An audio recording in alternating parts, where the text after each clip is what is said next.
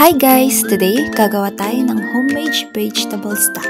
Sobrang dali lamang nito at perfect para sa paggawa ng soups, sauces at iba pang lutuin. So, ang first step, gayatin natin ang carrots.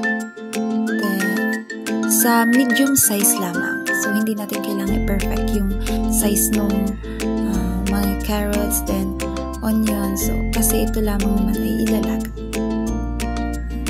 Gayatin lang natin.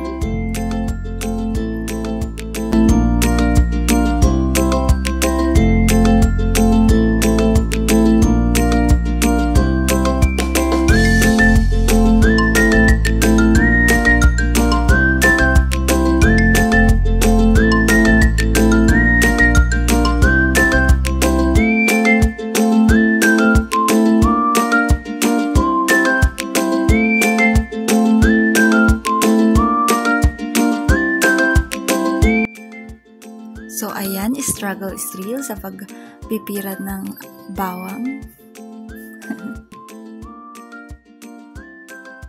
Siyempre, kahit nahihirapan pa rin tayo, hindi pa rin tayo susuko. Malalampasan natin yan. Oh, mahugot. Charis.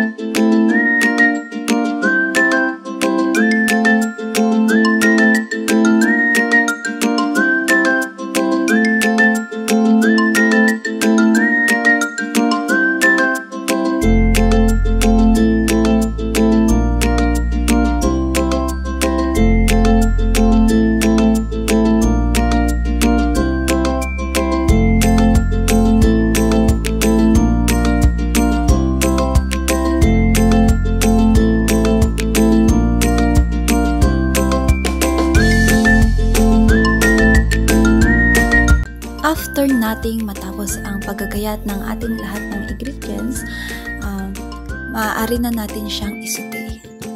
Prepare lang natin ang langis and ating lutuan. Sa ating malaking pot, ilagay natin ang lahat ng ating mga ingredients like the carrots, the onions, and anything. Guys, kung mapapansin nyo, sa rice cooker tayo magluluto kasi wala tayong kalan or chilling para paglutuan. So, okay naman siya, okay naman magluto sa rice cooker kasi ilalaga lang naman siya. So, hindi naman siya mahirap. So, yan, lagyan natin ng water. Tandaan, lagyan din natin ng pampalasa para hindi naman walang lasa yung ating vegetable stock. So, yan. Add salt.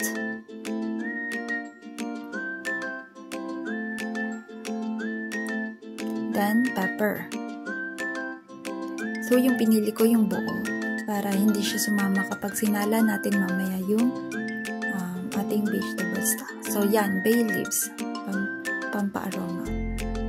Then, lagay natin sa rice cooker. Then, antayin natin hanggang kumulo. Guys, napansin ko lang, kapag magluluto tayo sa rice cooker, mapapansin natin na mabilis siyang kumulo. So, hindi din naman nakakabagot mag-antay. Kasi, mapapansin naman natin agad na mabilis siyang kumulo. Kahit na rice cooker lang. Haluin lang natin. After nating haluin, takluban ulit natin.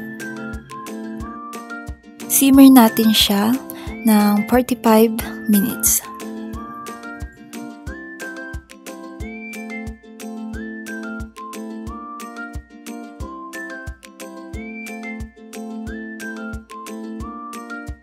So, ayan. Nagpangalawang bukas pa ang ate girl niyo. Hindi marunong mag-antay. Diyos ko po. Pabilis ma-board.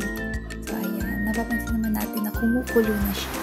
So, ayan. Ready to sala na siya. So, ang pinakakailangan lang natin ngayon is yung water. Yung sabaw niya. So, kayo nang bahala kung anong gagawin niyo dun sa mga gulay.